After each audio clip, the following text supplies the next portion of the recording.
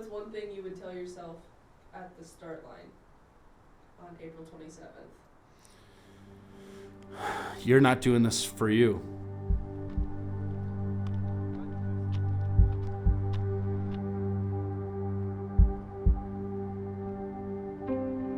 I think maybe at the start I talked about how I'm doing it because, man, the Lord's convicted my heart that, man, I need to do this.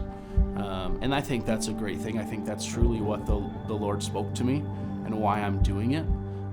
But realizing I'm not doing it just to say check the box, that I ran 30 miles and now going forward I don't need to do it. I can just continue to run the event. I think standing at the start line and realizing, man, I'm doing this for this 12-year-old girl or this 8-year-old boy. I don't know their names. I don't even know if I'll ever know their names. I'll never see their faces. But man, Jesus knows them. Jesus loves them. He died for them. He cares for them. And man, maybe one day I'll get to see them in heaven. That is going to be something that I'm thinking about when I step to the starting line on that Saturday.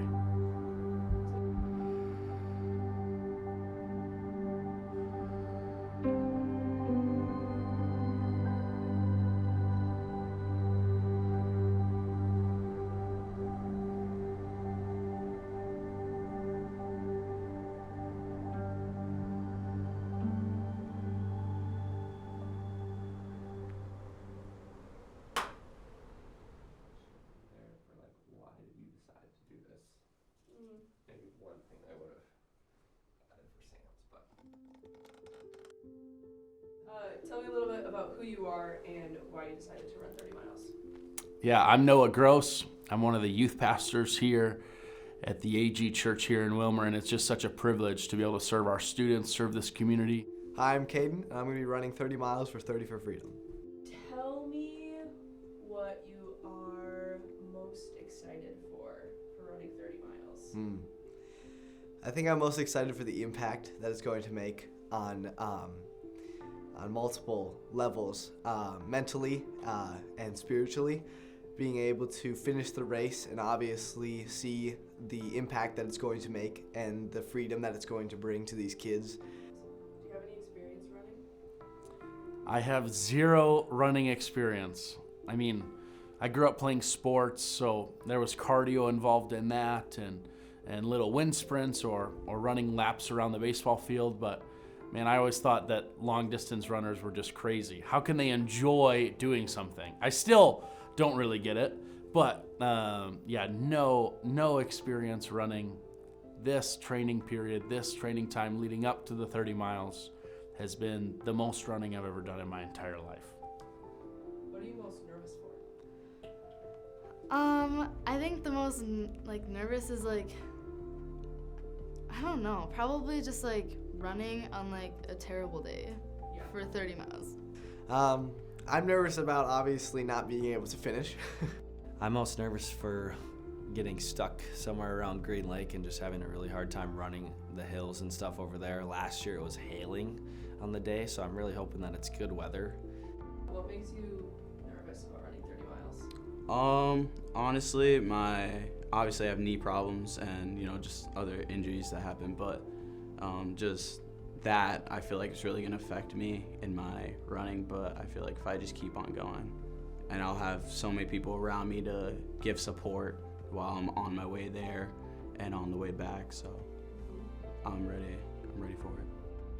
I mean, health is a big thing, right? As you're training, there's been things that, man, my knees haven't felt awesome. When you're moving from comfortable to less comfortable, you're gonna get uncomfortable, and I've seen that in just maybe soreness or pain, and in the midst of that, I just try to be reminded of that pain that's experienced every day by some of these girls and even young boys all over the globe that are just trapped in desperation for hope, in desperation for peace, for joy, for the love of Jesus that's just inherently in their heart, but they just don't know what that is yet. And I'm reminded that, man, maybe the pain they're experiencing, if it could be ended by the pain I experience, man, that's so worth it.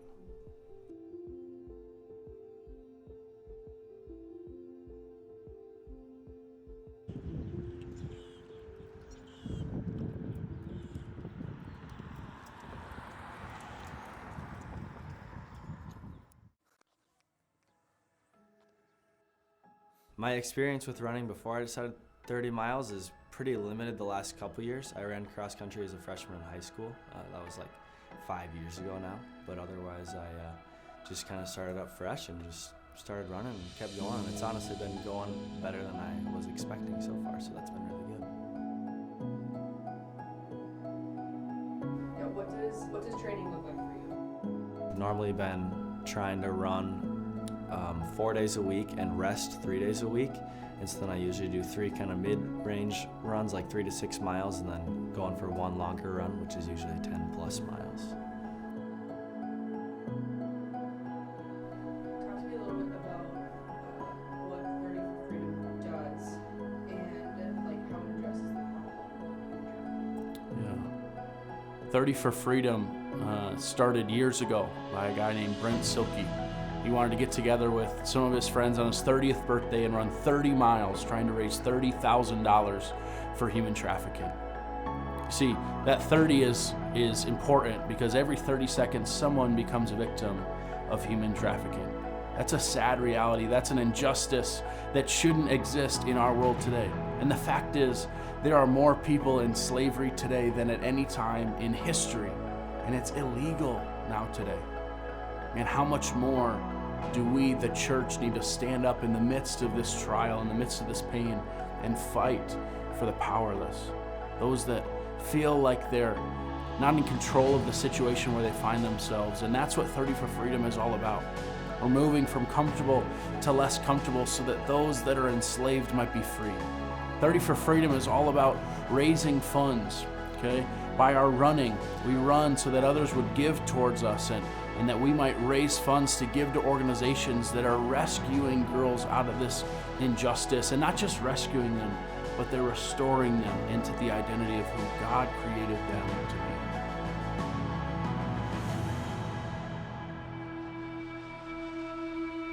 What are you most excited for? Just the change I'm gonna be making in kids' lives. I mean, like, I'm just really excited to make that big change for others and just take a big step for others. Why do you think that's so important to you? Well, I mean, just the thought of it, like, if I were to get my life taken away from me like that and, like, just taken from my family, it's just, it hurts, and just the thought of it just breaks everything. So, I mean, this is why it means a lot. I want to make a change for others. I think the importance of it for me is, like, I know that, like, I'm gonna be, like, helping and, like, making a difference towards, like, these kids and, like, these, like, teenagers and whatnot. I feel like not only is it gonna impact them, but it's impacting me to, like, want more for, like, what's to come. Just to know that that money will go to not just free 3 people, 5 people, 10 people. Man, it's gonna free souls. I don't know what the number is. I don't really care what the number is. I just know that each soul matters to Jesus, and each soul matters to me. And if what I'm doing, as long as it saves one person, man, all the effort, all the pain, all the soreness, all the injuries, it's all gonna be worth it.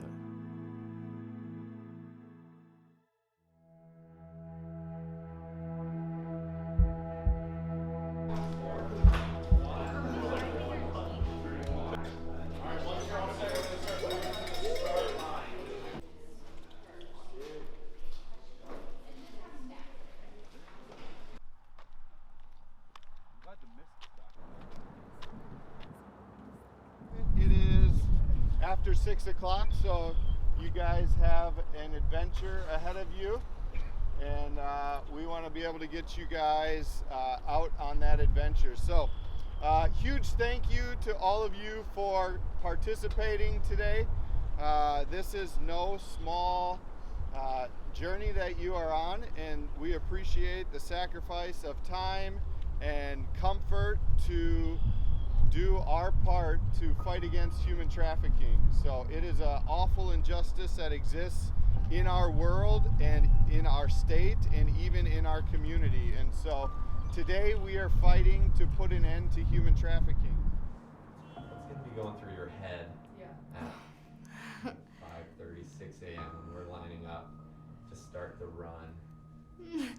I think like it'll be fine. Like, it's gonna be like so nerve-wracking, but like at the same time, I know that like each and every one of us that is running like a 5K, 10K, 15 miles, and 30 miles, like I think God will like work through us and like get us through it. So I don't think there's anything to truly be like nervous about.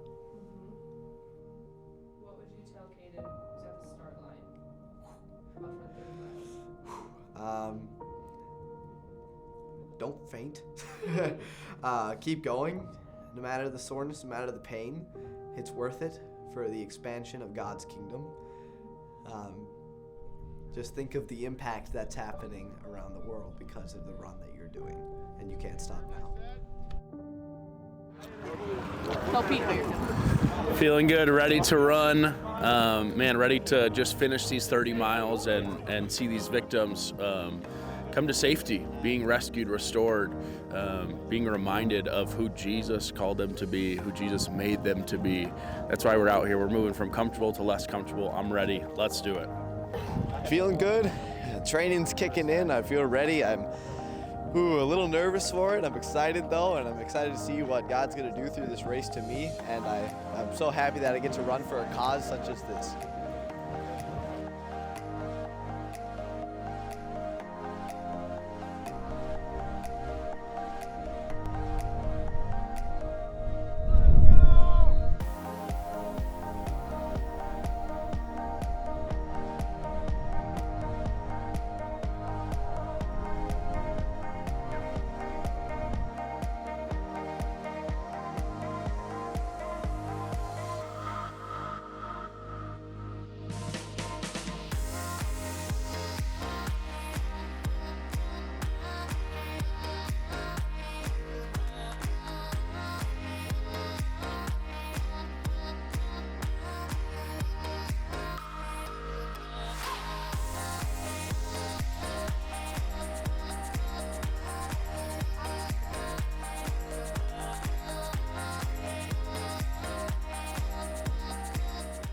What encouragement would you give to someone who's considering being a part of 30 for Freedom? I think if you're considering being a part of 30 for Freedom, I think you've already made the decision that you need to do it. Realizing there's an injustice, realizing you can do something about it, and knowing that, man, you can put a valiant effort together to complete something hard, doing something hard. I think that's important. I think that's crucial in the life of any person on this earth, especially when it's towards something so special and so needed as this fight against human trafficking.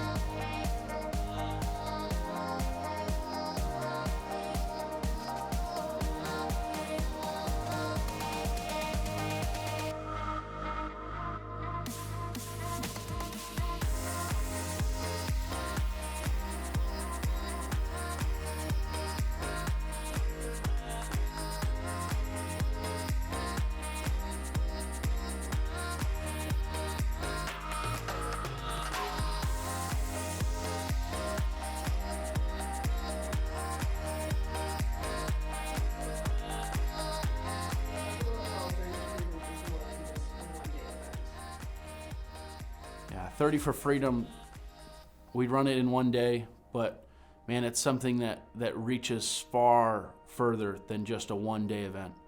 It's in the time of training that students and leaders and adults and grandparents are out there training and running and walking and biking.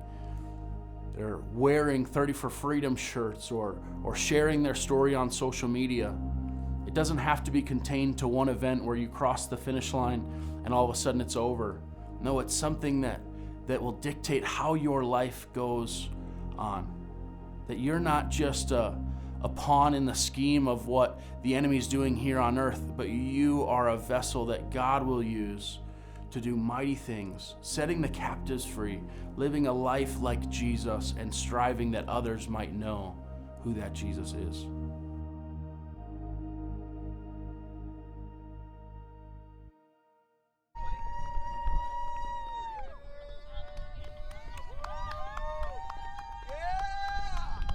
What was going through your head when you were finishing?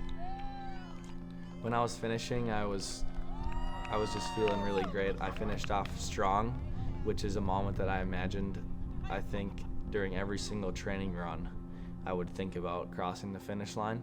And so I was really happy with how I finished, and it was like exactly how I envisioned, with people waiting there for me, cheering me on. My sister put the medal on my head right when I finished, which was a special moment to see family right at the finish line, and also volunteers from Epic and also friends and stuff.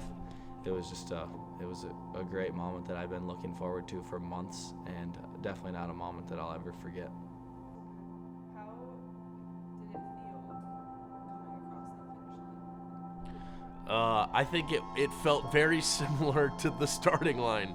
Really just, man, it was a powerful experience of crossing the finish line, but I really was unsure. I didn't know how to feel when I finished, knowing, man, all this training that had led up to this, all the sleepless nights thinking about having to run 30 miles, realizing that was coming to an end in that moment.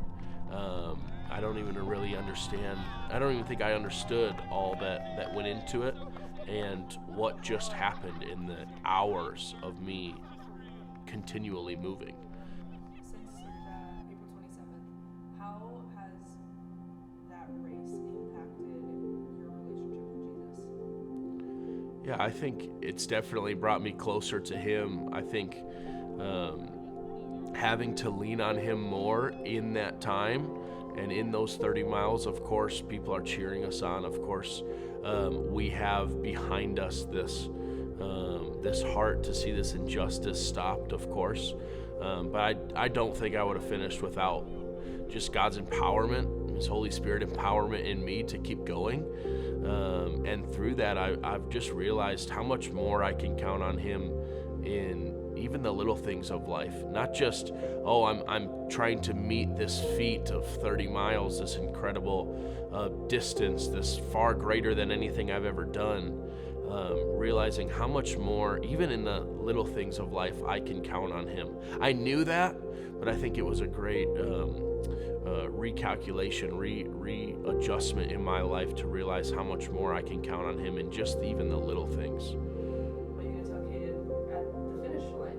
Just finished 30 miles. You did that?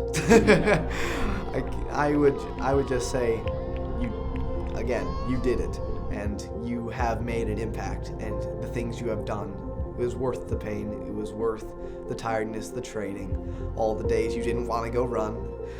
It was worth it, and you did it. What would you say to somebody that's maybe trapped in this injustice, that thinks, man, nobody cares about me, nobody sees me, nobody loves me, I'm all alone in this? If I was talking to one of the kids, I would probably say God is on the move. People are moving and things are working in our time. People are raising awareness. People know what's happening, and people are beginning to know more. And as this terrible injustice continues, it will diminish with God's help and God's work.